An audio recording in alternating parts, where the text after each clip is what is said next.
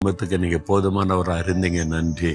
ஆண்டவரை முதல்ல ஸ்தோத்தரிக்கணும், நன்றி சொல்லணும். அப்புறம் இந்த நாளுக்கு ஆண்டவர் என்ன வார்த்தை வைத்திருக்கிறார்? 147 சங்கீதம் 14வது வசனத்தில் ஆண்டவருடைய வார்த்தை சொல்லுகிறாரு, கர்த்தர் உன் எல்லைகளை சமாதானம் உள்ளவைகளாக்கி உச்சிரமான கோதுமையினால் உன்னை திருப்தியாக்குகிறார். உன்னுடைய எல்லைகளை சமாதானம் உள்ளதாக்கி திருப்தியாக்குகிறார். உங்களுடைய எல்லை என்னது? உங்களுடைய ஃபேமிலி ஒரு எல்லை. நீங்கள் வேலை செய்கிற இடம் ஒரு எல்லை. பிஸ்னஸ் செய்தீங்கன்னா பிஸ்னஸ் செய்கிற இடம் ஒரு எல்லை.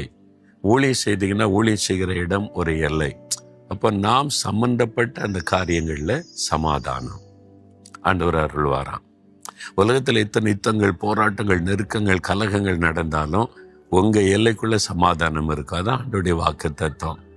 ஏன்னா நீங்கள் ஆண்டவர்கள் ஒப்பு கொடுத்து சமாதான பிறவை சொந்தமாக்கி இருக்கிறதுனால உங்களுடைய எல்லைக்குள்ளே சமாதானம், உங்கள் வீட்டுக்குள்ளே சமாதானம், உங்களுடைய ஊழியத்திலே சமாதானம், உங்களுடைய வேலை செய்கிற இடத்துல நிம்மதியாக சமாதானமாக வேலை செய்கிற அனுபவம், இது ஆண்டவர் கொடுக்குற ஆசீர்வாதம்.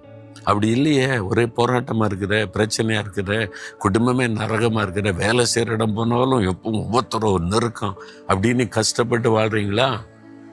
ஆண்டவர்கிட்ட கேளுங்க. நீங்கள் சொன்னீங்களே, என் எல்லைகளை சமாதானம் உள்ளதாக்குவேனே, நான் என்னுடைய சம்பந்தப்பட்ட என் குடும்பம், வேலை, ஊழியம், பிஸ்னஸ், என் சம்பந்தப்பட்ட உறவுகள் எல்லாத்திலும் சமாதானத்தை உண்டாக்குங்க. நீங்கள் சமாதான பிரபுவம் என் கூட இருக்கீங்கள, என் எல்லைகளை சமாதானம் ஆக்குங்கன்னு சொல்லி பாருங்க, மாற்றம் வரும். திருப்தி ஆசீர்வதிப்பாராம். ஒரு திருப்தியா வேலையில் திருப்தி இருக்குதா, ஊழியத்தில் திருப்தி இருக்குதா, ஒரு மகிழ்ச்சி இருக்குதா? சிலர் முறுமுறுத்து கொண்டே செய்வாங்க.